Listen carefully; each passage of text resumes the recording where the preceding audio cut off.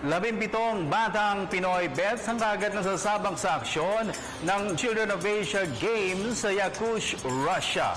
Para sa buong detalye, narito po from Russia with Love, Judith Karingal ng Sports Radio 918.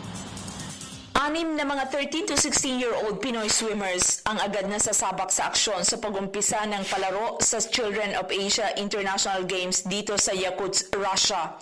Makatotohanang top 10 sa mga events ang target ng mga pambato ng Pilipinas sa kanilang laban sa pinakamahusay na kabataan mula sa Asia at Russia.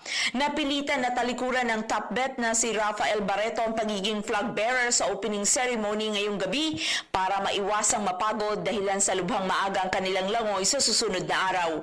Si Barreto ay nakapasok sa event na 100-meter freestyle alas 7 ng umaga sa Biyernes, gayon din ang iba pang miyembro ng team na sina Kian Ting at Samantha Coronel.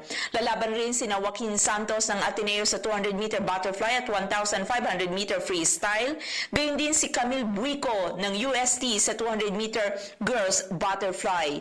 Bagamat lubhang dihado sa mga katunggaling halos kadoble ng tangkad ng mga Pilipino, umaasang Philippine Swimming Team Coach na si Marichi Gandionco na lubha pa itong magbibigay sa kanila ng inspirasyon na paghusayan ang kanilang performance.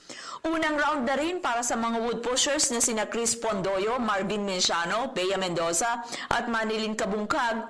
Gayun din ang ranking round ng mga archers na sina Joseph Andahao at Nicole Tagle, pati na ang mga table tennis bets na sina Yan Naire at Cielo Bernaldez.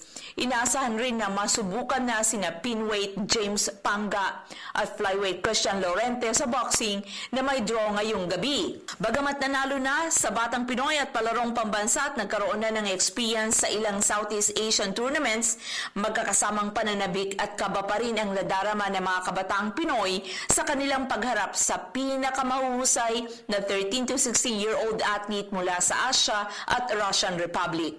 Umaasang Philippine Olympic Committee at Philippine Sports Commission na makakapag-uwi ang delegasyon ng medalya at masubukan ang grassroots development program ng bansa sa pamamagitan ng Batang Pinoy. Para sa PTV Sports, Judith Karingal, Sports Radio 918, Yakutsk, Russia.